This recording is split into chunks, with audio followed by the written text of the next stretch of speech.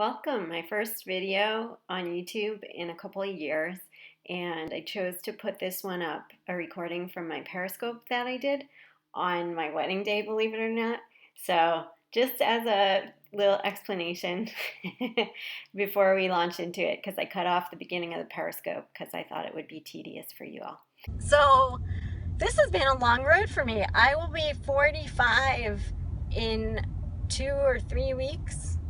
And I've never been married before.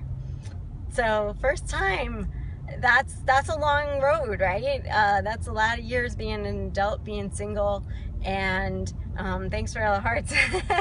And a lot of those years, especially in my 30s, I was alone, and a lot of those years, I felt lack, right? Because I was alone. I just always wanted to be with someone. Felt like I desperately wanted to be with someone, and I wasn't. And that feeling of the lack, or sometimes even just being jealous, or just like, oh, how come they have these things and I don't? How come other people are together and I can't find anybody? You might relate to that, not necessarily in the love field, but if you're my people as far as skin picking and hair pulling peeps out there, of course, I always forget to introduce myself. For those who don't know me, I'm Annette Pasternak. I'm a holistic health coach specializing in, hang on, she's telling us to get on I-5. Have you heard that? Yeah, I'm a holistic health coach specializing in helping people find freedom from compulsive behaviors like skin picking and hair pulling. And so I was just saying that I really felt a lot of lack in my life as far as I didn't have a partner. I always felt alone. And I think BFRBs, body focused repetitive behaviors like skin picking and hair pulling, they can be similar in that you feel so alone in this, and you feel like everybody else has something which you lack, or you're just not normal. Who here has felt that way? Yeah, getting some hearts of different colors, so you can relate. I felt that way too. I felt doubly that way because I had the skin picking myself, and felt a lot of shame and just sadness, and just feeling different, and wishing I could be carefree and wear the things that other people wore, etc., etc. So what's the lesson from this? Well, I started to think differently about it. I have read a huge amount of self-help books. I love reading, and I love nonfiction, and I love especially self-help. Hi, Moore. Oh my gosh, it must be super late near where you are. So a lot of self-help books, and I remember one in particular. I heard the guy speak too. It's a great book called The Diamond Cutter. I mean, this is in a lot of books, but I'm just thinking about, this is the time that I was thinking about this sort of thing. This book, Geshe Michael Roach wrote The Diamond Cutter, and I heard him speak one time in LA. And, he's a Buddhist, and amazing story. I mean, those books are great. But he was saying that, when you want something, you've got to plant a seed out there. So, or you plant a seed in your mind, really.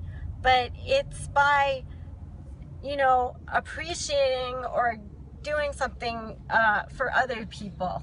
It always kind of involves other people. So, when I was, I was always kind of, I'd get a crush on this person or other, and I just never made it. It just never manifested, right? So, I was very conscious when the things that he was saying like that, when my friend Anne was getting married, and I flew, I was of course super happy for her, and I don't remember exactly you know, what I was feeling for myself, like probably that same, like, oh, she's so much younger than me, and yeah, and she's getting married and I'm not married, a little bit of that. But I just wanted to, like, what's the word, cultivate? Yeah, cultivate my happiness for her. And I also, you know, I went to her wedding, you know, at a time where I don't think I was working then, and it was a lot of money for me to go travel to her wedding. But I was so happy to be there and be happy for her.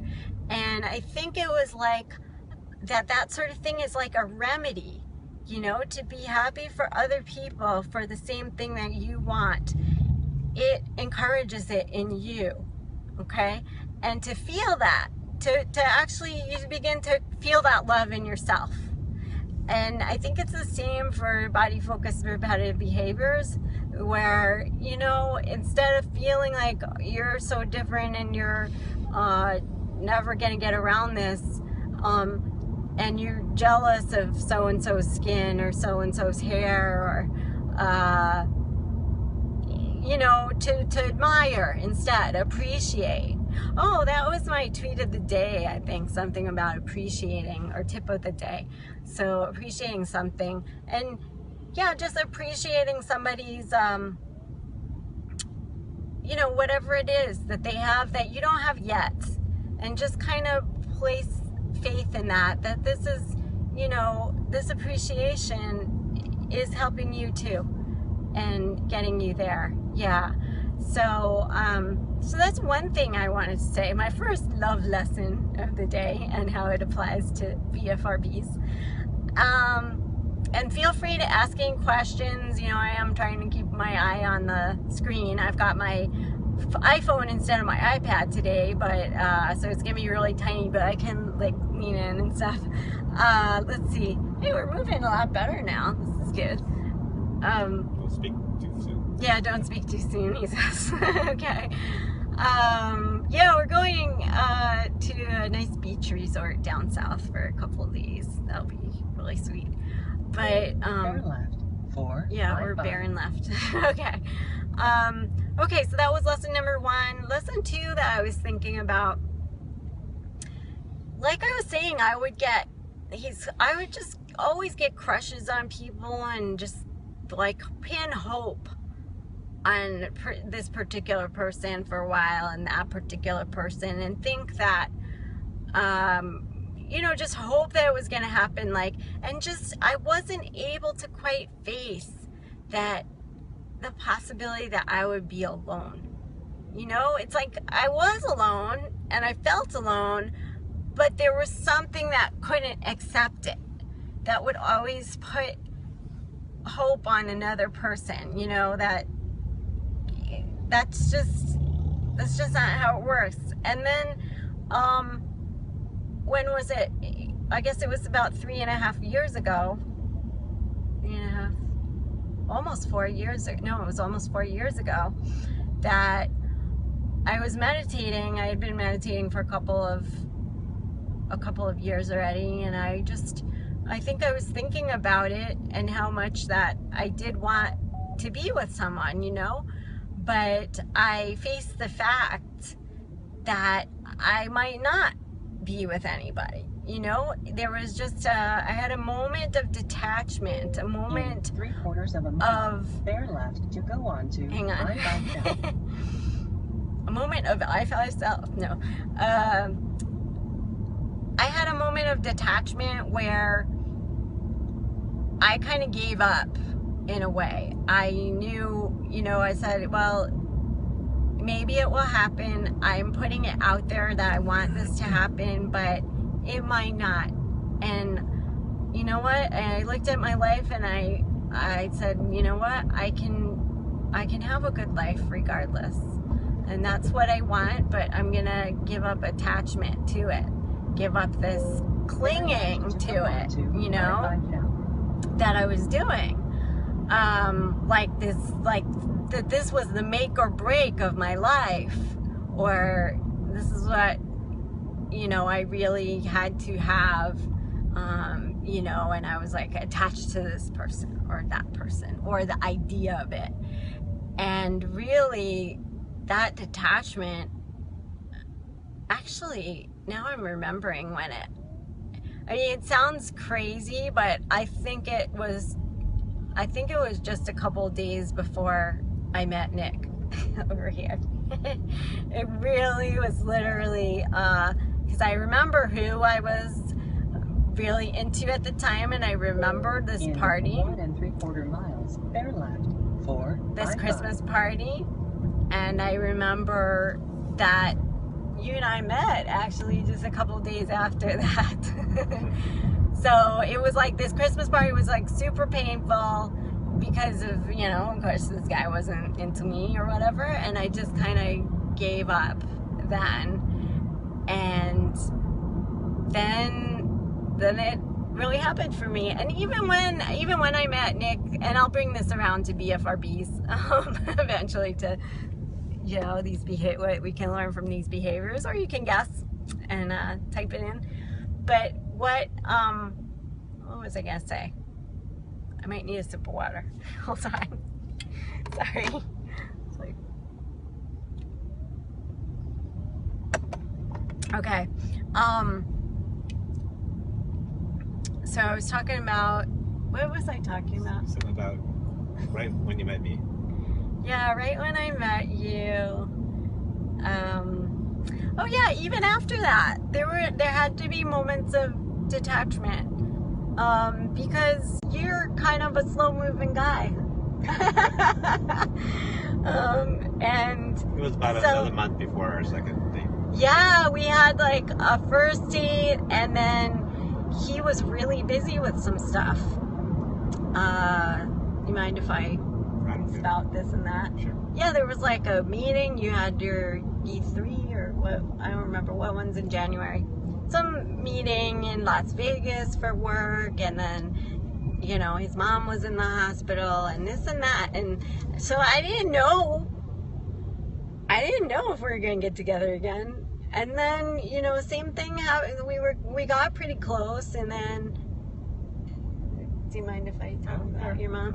And then his mom passed away, you know, really in February, right at the beginning of our relationship. And, you know, he's a guy that needs space, and I didn't know. Again, you know, I'd sit there in meditation and I'd be like, I don't know if this is gonna make it, if we're gonna work out. But so anyway, long story short, I learned this lesson of detachment that was very important to me, for me to learn.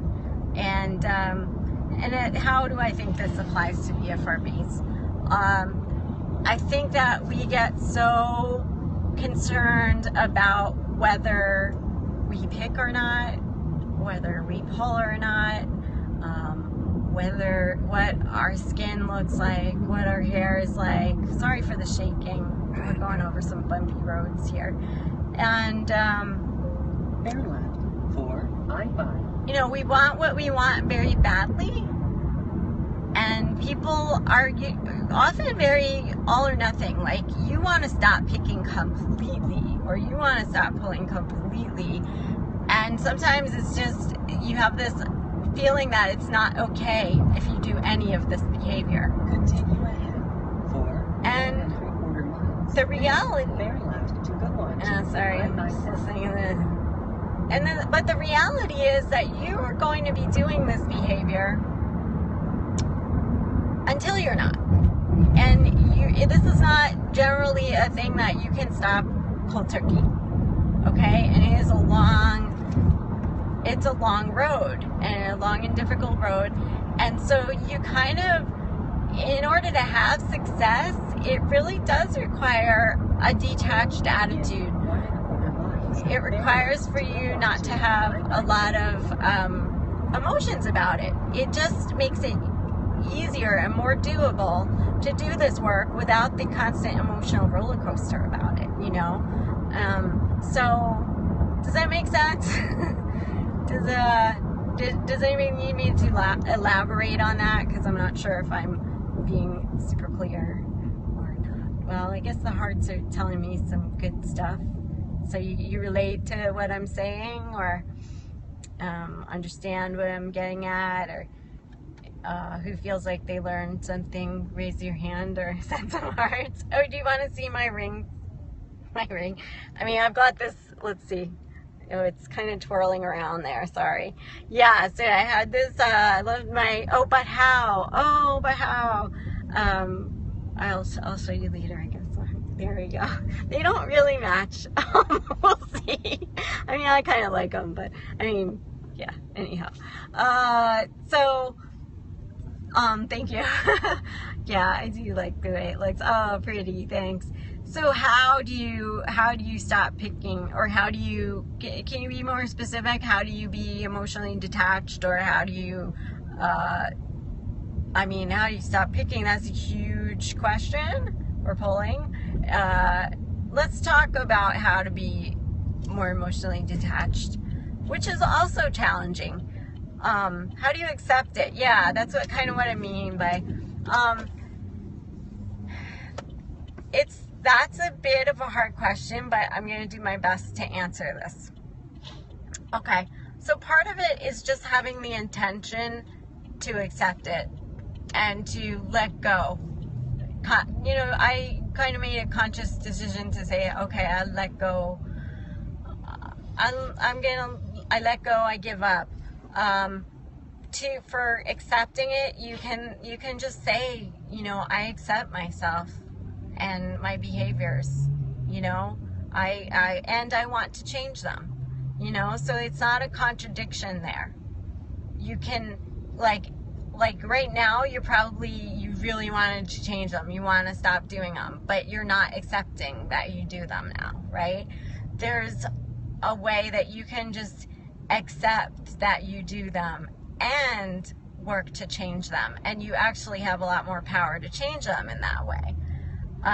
So I would say the best way to start accepting them is either to say that you accept them, to affirm, you know, affirmations, to say like, I love and accept myself and all that I do, and just say that a lot until you believe it. Or you can ask for acceptance. You know, if you pray to God, you can pray for acceptance. Ask, you know, please give me the, I want to say serenity, and help me accept myself. Help me love and accept myself. Yeah. There's always two ways. This is kind of interesting. In Vedic, one of the Vedic teachers I've had of this, you know, ancient knowledge of India said, oh, someone's honking at someone up there. Oh, you didn't say that. Yeah, someone, one of my teachers said that there are two paths I guess he was probably talking about, I don't know if he was talking about enlightenment or just two paths to having help from God, let's say. And one, or just having help, or to being able to do something. I think that's what he was talking about. Two paths to being able to do something. And one is asking for the strength to do it.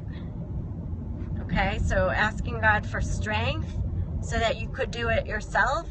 And the other path was saying, I can't do this, please help me. You know, you do it. You do it for me. Lead me to what I need or whatever. So those are the two ways that you can ask, you know, however you relate. You know, you can work on acceptance yourself. You can be like, I'm going to accept myself, and just repeat that over and over again. Like, I love and accept myself and my behavior. I accept myself in all my skin picking. I accept myself in all my hair pulling, whatever it is. Or,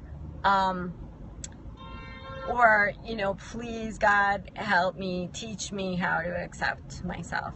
And please take away, you know, teach me what I need to take this away from me. Take this behavior away. I think a lot of times these behaviors are teaching us something, and they're going to stick around until we learn whatever lesson it is. I mean, this is getting really philosophical, you know. I mean, you might believe, oh, it's just this affliction and there's nothing, but I think that there's always something that we can learn from it. Continue ahead. Okay, maybe accepting is a solution instead of stop picking. So that's, it could be if when you accept that you're picking, if you're okay with it. I'm not saying it's one or the other. So you're saying, okay, just accept it and don't stop. But it doesn't have to be either or. You can accept that you're doing it and learn to stop doing it.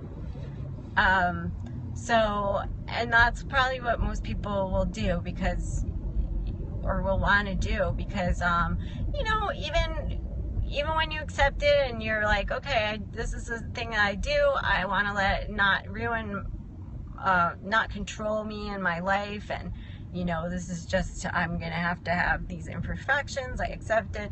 But for most of us, you know, we want to make our lives better, and we will work on it when we accept it, and we'll even have more power to work on it when we accept it, because we won't be so upset. You know, when we're upset and distraught about it, we don't tend to have as much energy or power, you know, because when we're down in the dumps, it's really hard to make ourselves do anything.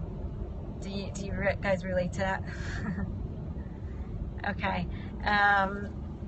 Yeah, so anyway, that's the gist of what I have.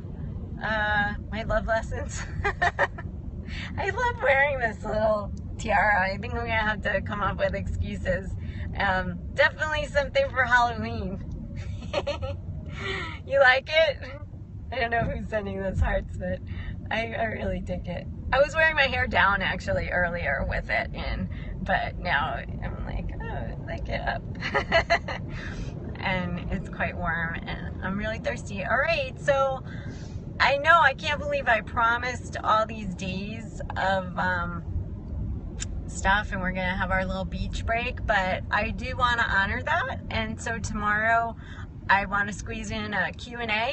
All right, I'm not going to prepare anything. I'm not going to think about anything unless something just spontaneously pops into my head that I want to talk about. But overall, I'm going to see if I can shade. That looks a little better. Overall, let's say Q&A, what time?